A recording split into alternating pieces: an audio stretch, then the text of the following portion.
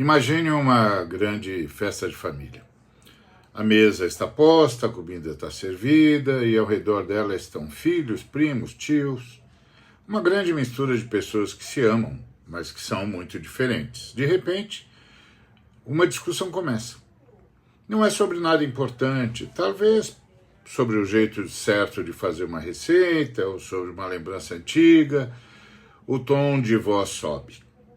Os olhares se cruzam com julgamento. E aquela atmosfera de alegria e comunhão começa a se dissipar.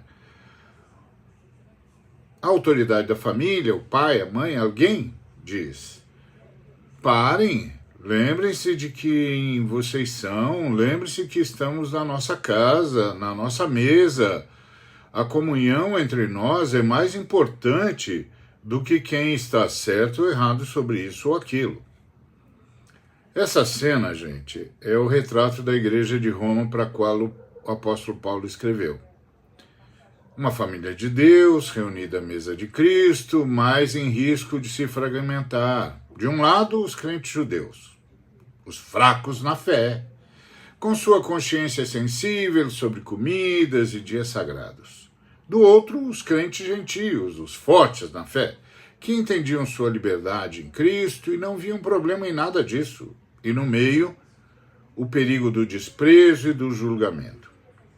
É para essa família em crise que Paulo escreve. E sua mensagem ecoa até nós hoje. Ele nos pergunta: o que é mais importante à mesa do Senhor? Afirmar nossos direitos ou preservar nosso irmão? Então tem o dilema da liberdade, quando a paz se torna o juiz. Paulo se vira para o irmão forte, aquele que tem consciência livre, e diz lá em Romanos 14, 22, tu tens fé?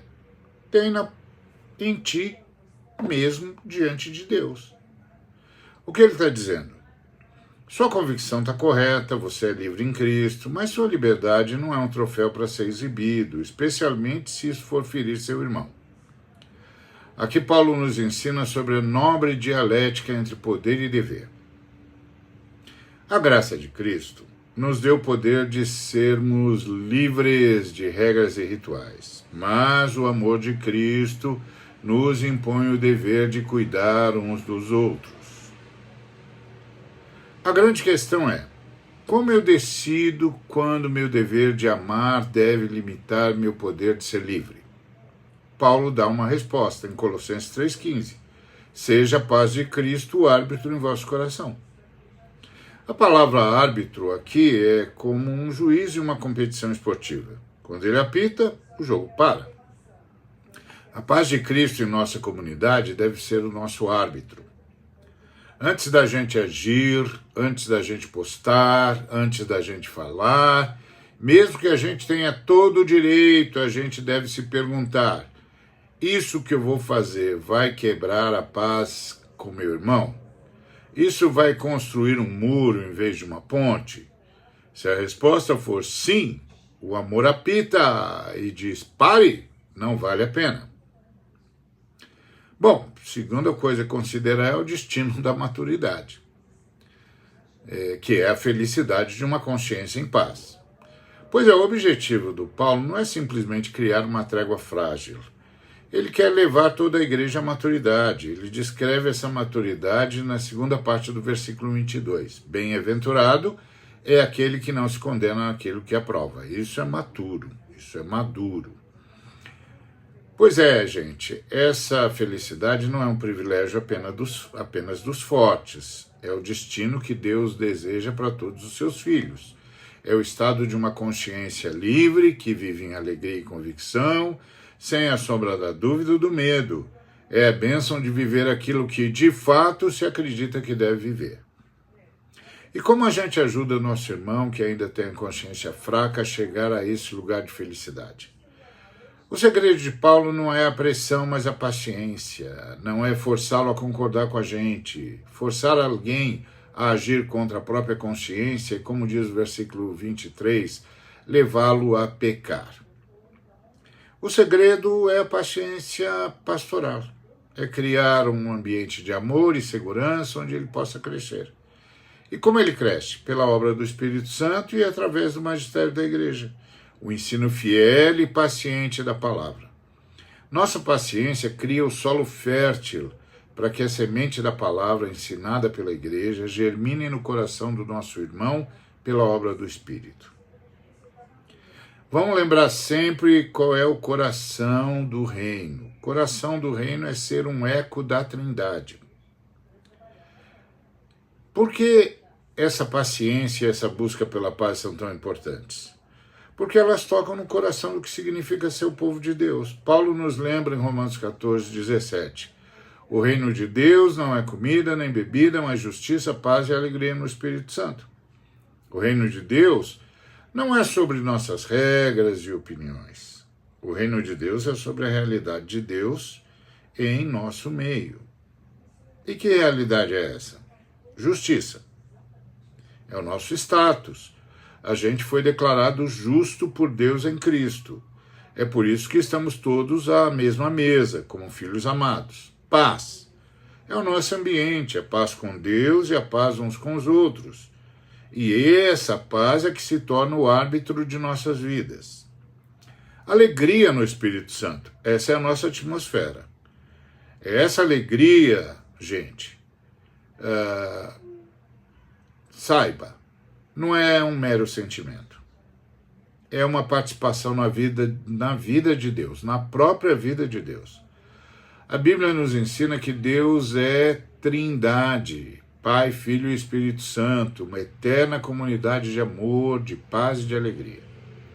O Espírito Santo, a Ruach HaKodesh, é uma pessoa dessa comunhão divina. Quando o reino de Deus está em nós, significa que o Espírito está nos convidando a participar da alegria que existe eternamente no coração de Deus. Nossa igreja, então, nós, como comunidade de Deus, somos chamados a ser ícone da Trindade na Terra. Nossa comunhão deve ser um eco da comunhão de Deus.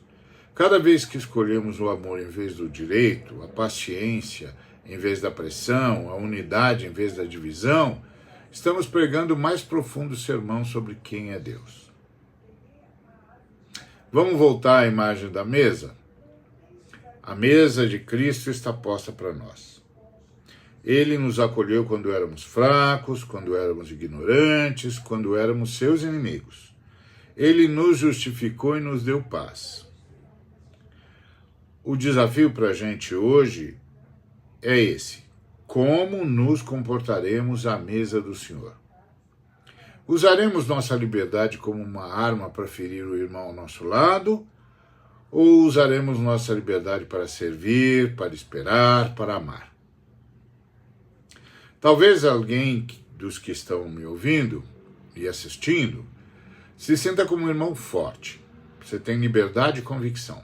Você sabe da graça, não precisa da lei. O chamado de Deus para você é: use sua força para proteger os fracos. Deixe a paz ser seu árbitro, seu juiz. Tenha a paciência de Cristo.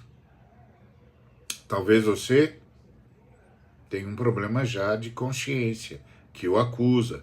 Você tem medo de errar, você presta atenção na lei moral, você não sabe muito da graça. Então, o chamado de Deus para você é: não se desespere. Você está num processo de crescimento, confie na obra do Espírito Santo e se alimente do ensino fiel da Igreja de Cristo. A igreja que ensina a palavra, né? O desejo de Deus é levar você a esse lugar de convicção, de descanso. Que a gente possa ser a igreja do Senhor, que reflete a paciência do Pai, que se veste com a graça do Filho, que vive na comunhão do Espírito Santo.